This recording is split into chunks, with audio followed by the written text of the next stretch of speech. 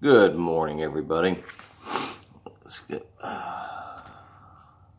okay. Try to get both of these bad boys in the picture here. Okay, so what you have on the left is a Tar Heel Ants Nucleus 2, and on the right you have a Tar Heel Ants Fortress. I just got this Fortress in this last weekend from Tar Heel Ants. And I've been looking at these online, and they're not nearly as impressive online as they are in person, but they're good little units. It's a 4x4 block up front for the ants, and then you've got the foraging area here in the back. Nice foraging area, and then you've got the nucleus, which is a monster. I've got the queen down here.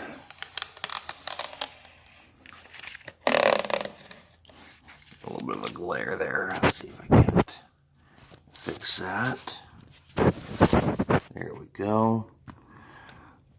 So you've got the queen down there. She's in this little hole back there, which connects to the other side. So I'm going to go ahead and cover that back up right now.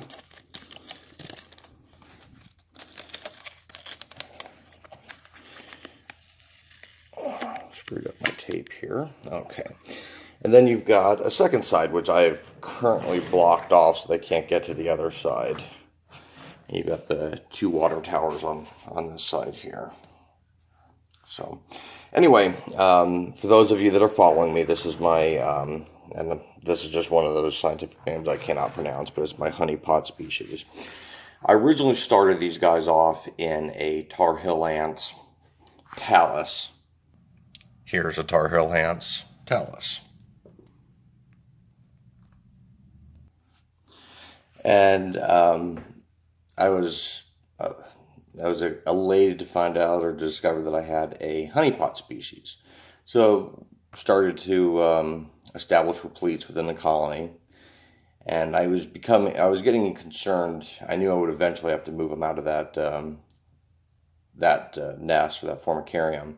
I was getting concerned that they wouldn't be able to move the repletes, and I didn't want to get into a position where there were too many of them. I couldn't move them, and I found just through several honeypot colonies I've had, the queens are very stubborn when it comes to moving. Other species I have, the queens are great, but this species, they're stubborn, and I've got videos of them moving them into this colony, and they're just, they don't move easily. So I want to get them into something a little bit larger, so that as repletes start to re-emerge, I guess I should say, or as the colony starts to create repletes, I wouldn't have to worry about moving them again. More of a permanent home. Expand satellite nests, but at least I wouldn't have to worry about moving the queen or the repletes, because the repletes, when I moved the colony to this particular nest here on the left, the repletes all died. So that is why I did this. The problem I'm finding is this nest is just way too large for this colony. I think it's hurting the colony versus helping it. They're leaving waste inside the nest, which I was kind of afraid of. So I kind of, I plugged up the second side with cotton so they can't get over to the second side. But I'm finding even in the top tier, this right up here, that they're leaving insects and so forth up there. The yellow plug, I was refilling the nest mate, and I thought I was plugging it up, and so the ants couldn't get out because they were kind of up in that tier, and that was the wrong plug, and it pushed in. I've been trying to get it out, but yeah, no luck. So anyway, that was my error. So anyway, I'm kind of concerned that this particular nest is just way too large for this colony, and Mac over Tar Heel Ants kind of insinuated as much, but I was stubborn, wanted something bigger, and it's a learning experience. So the nest is far too large, and they are leaving waste inside the nest, which is going to turn into a mold problem. So my feeling is I'm gonna slowly try to move, and there are no repletes as of yet for this colony. They've not reproduced them, so I'm thinking I'm going to move them over to this nest, hopefully, and this will be a little bit easier because I can connect them. It's a pretty short jog where the queen is. She's on the bottom layer, and there's direct connect ports from the bottom to the bottom. So I think versus the last time I moved in from the Taos, she had to leave through the foraging area, and it's a fully colostral species, so they really don't, the queens don't like to come out once they've founded their colony. So I'm not sure if I'm going to air this or not, but I figured I would record it at the very least, as you know, a learning experience for other ant keepers keeping this species, because there's just not a lot of information on them. So I'm going to connect. I'm going to expose a queen. I'm going to remove the tape, and then I'm going to darken out the new nest, the fortress, and put a little connecting tube and leave them alone. See if they move. If they do, they do. If they don't, they don't. But you know, I'll at least give them the option of moving into a new space. And I'm hoping that the colony, because they were doing so well in the Taos, and I think I was foolish to move them, but you know, it was a learning experience. So thank you guys for watching. I'm going to go ahead and pause the video real quick, connect everything, and then show you guys, and then end the video. Yeah, probably won't post this immediately, but if I do have success, I will post the video for everybody to watch. So, and even if I don't have success, I just want to kind of wait and see what happens before I post it. Thanks, guys. All right, guys, so there you are. We are connected. I had to shave down the tube. It's not the hole's a little bit smaller, but nonetheless, there's a better shot of the foraging area. Beautiful foraging area, by the way. So, guys, I don't know if this is gonna succeed or fail, but this colony is just not doing as good as I would have liked in this nest. And I think it's, yeah. See, and I can even, oh, sorry, guys. I can even see right there at the bottom. There's a dead ant. There's several dead ants or insects. Let's see here. Let's see if I can get a better.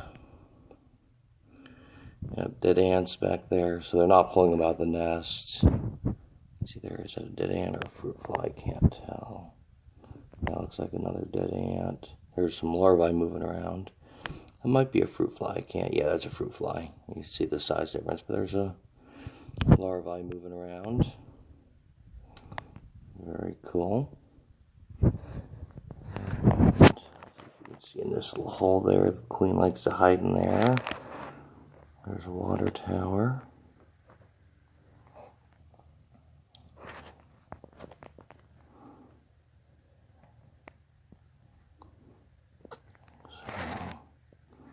Anyway, we'll see if this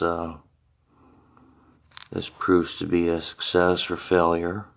Yeah, but that was my concern. Is they're just not bringing their waste outside the nest. So I think it's important, or it's the right time to make a change, and hopefully they do better in this new nest. So I will keep you all posted. Hey, thanks for watching. One last watching area. And Mac does. Tar Heel Ants does just a great job with these foraging areas. They really do.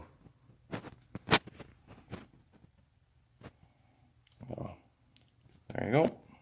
Today is October 16th. Yes. And this morning, all of my ants moved over from the nucleus over to the fortress.